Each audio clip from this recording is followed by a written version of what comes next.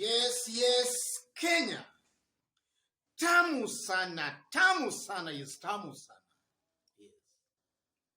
Yesterday evening, President Uhuru Kenyatta hosted Estonian President Kersti Kaljulaid for a cocktail party at Statehouse, Nairobi. That was yesterday evening. Then after that, Statehouse Nairobi shared those photos. I've tried to go through all the photos, but I cannot see the presence of any OKA principal, a clear indication that most likely they were not invited for that cocktail party yesterday. And I've also failed to see the presence of William Ruto there. Another clear indication that he was not also invited. But I've seen Raila there, a clear indication that he was invited for that cocktail party. Those are not just coincidence. They speak volume. In fact, for Statehouse to share that photo of Raila Amolo Odinga in that cocktail party is meant to achieve a political agenda or objective. There is a reason why Statehouse has shared that photo of Raila Amolo Odinga with that Estonian president. So in this video today, ladies and gentlemen, I want us to really dig deep and understand exactly what is happening behind the scenes. Why did these OKA principals give that cocktail party a wide berth? Were they not invited, or were they invited but they snubbed that meeting? And what does it also show about the relationship between Uhuru Kenyatta and Raila Amolo Odinga, William Ruto, and all these other OKA principals? Yes, that's our analysis and discussion today. And before we dwell into that analysis into details, let's also have a look at what Raila Amolo Odinga also shared, something closely linked to that cocktail party at Statehouse. This is what Raila shared through his social media accounts. Had a great conversation with visiting Estonian President, Her Excellency Kersti Kaljulaid. Estonia ranks top amongst digitally advanced countries globally. We discussed ways through which we may adopt methods to hasten our advancements. We will follow up. Then also Raila has shared those photos. You can see there Monica Juma, Estonian president, and also you can see Raila Amolo Odinga. Yes. So these two events are going to form the basis of our analysis and discussion. And before we dig into that, kindly subscribe and also give this video a like. Give it a like, please. Thank you. God bless you. Why did OKA give that cocktail party a wide berth? Or did they snub it? Or were they not invited? What about William Ruto? Because this meeting, or this cocktail party, is coming at the backdrop of so many propaganda by the Tanga team. In fact, just yesterday, Dennis Itumbi came out boldly and elaborated through his Facebook account that there was a deliberate scheme to weaken Raila Amolo Odinga. And that's a campaign that Tanga has been doing for quite some time. They are trying to portray that Uhuru wants to weaken Raila Amolo Odinga. So I don't know whether Uhuru inviting Raila Amolo Odinga yesterday to that cocktail party was also a plot to weaken Raila Amolo Odinga. I still don't understand. But what does all this show, ladies and gentlemen, about the relationship between Uhuru, Raila, OKA principals, and Kalonzo, OKA principals, and also William Ruto? The first thing that comes out very clearly from that cocktail party is that Uhuru most likely wanted to assure the handshake supporters that his working relationship with Raila Amolo Odinga is still intact, is still very, very healthy. And that's most likely the reason Statehouse shared that photo of Raila Amolo Odinga in that party. Because just on the same day, Dennis Itumbi, or rather Tanga through Dennis Itumbi. Dennis Itumbi is their perceived spokesman, had insinuated that Uhuru was planning to weaken Raila Amolo Odinga. So that meeting, or that cocktail party, was just a way of Uhuru and Statehouse and the Handshake Brigade to dwarf the Tanga insinuation that Uhuru and Raila might be playing one another. And I'm saying that because of this. And maybe Statehouse shared that because of this. Anytime there is a perceived notion that Raila and Uhuru are not together, the person getting credit is William Ruto. In fact, should there be a notion that Raila and Uhuru are not reading from the same script, William Ruto always gets stronger.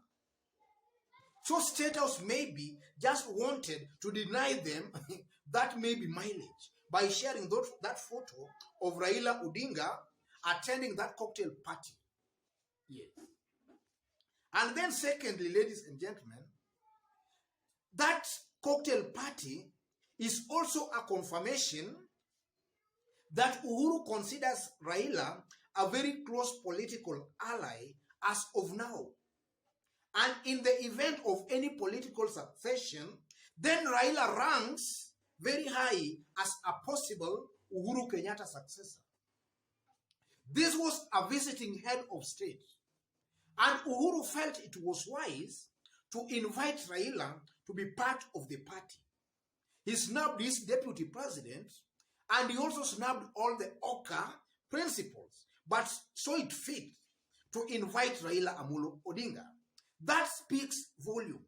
It just shows that as of now, Uhuru Kenyatta considers Raila Odinga as a very staunch and very close political ally. And in case of any succession politics, then I strongly believe that Uhuru might be telling Kenyans that Raila is his preferred heir. I think that one comes out very, very clearly, and not any other OKA principles or even his deputy. That comes out very, very clearly. And then if you look at the absence of OKA principles, were they invited but they snubbed the Statehouse or rather the cocktail party? I strongly believe that these OKA principles were not invited to that cocktail party. Because if they could have been invited, I know they could have gone there running. Because, they just want to please the president. So I strongly believe that yesterday, for that cocktail party, most likely 100%, they were not invited.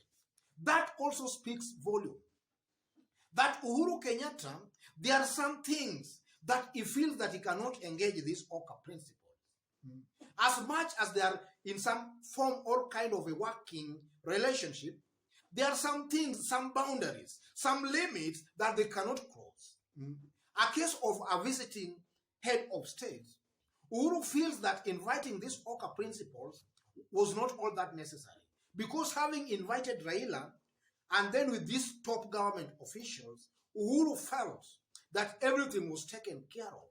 So that's also an indication that as much as these OKA principles are in a working relationship with the president still doesn't regard them as his very, very close political allies. I strongly believe that. And then also fourthly, ladies and gentlemen, the absence of William Ruto again just also sends a very clear signal to Tanga supporters and to Kenyans who might be thinking that the president is actually working with William Ruto behind the scenes. Because there is a blogger, this one called Robert Alai. Robert Alai has been trying to insinuate that President Uhuru Kenyatta is deliberately weakening Raila Odinga and Robert Alai and Dennis Itumbi. They seem to be speaking from both.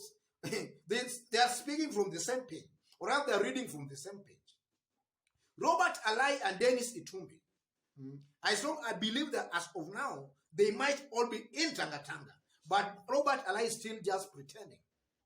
Robert Alai and Dennis Itumbi, they have been trying to insinuate that President Uhuru Kenyatta is deliberately weakening Raila Amolo Odinga to strengthen William Ruto secretly. So the absence of William Ruto there, ladies and gentlemen, is a clear signal, a manifestation that there is nothing like that. The relationship between Uhuru and Ruto is a done and dusted deal. These two are not together. And there are no games they can play behind the scenes. That one also comes out very, very clearly. And then finally, ladies and gentlemen, Uhuru hosting Estonian president is also just a clear indication and a confirmation that President Uhuru Kenyatta is very keen to borrow a leaf from best world practices. You know, I've tried to do some research. I've come to realize that Estonia is a country in Northern Europe, formerly part of the Soviet Union. Its GDP per capita is about $28,620 to about 40,000 US dollars. It simply means that somebody in Estonia earns about 28 to 40 times somebody in Kenya earns in a year. So you can just see how far they are as compared to Kenya. And Uhuru is very, very keen to borrow such best practices of how Estonia has done it. And maybe they can just replicate it here in Kenya. And maybe that one is a contradiction to William Ruto's maybe brand of politics. Because William Ruto and his side, they have been telling Kenyans that they admire Uganda. They admire NRM of Museveni. Yes. So that's also a contradiction that also Kenyans must now weigh. Otherwise, ladies and gentlemen, let me leave it there for today. If you've just bumped on this YouTube channel for the very first time, just as I did mention when we were starting, kindly subscribe and also give this video a like. Thank you. God bless you. God bless Kenya. Tamu sana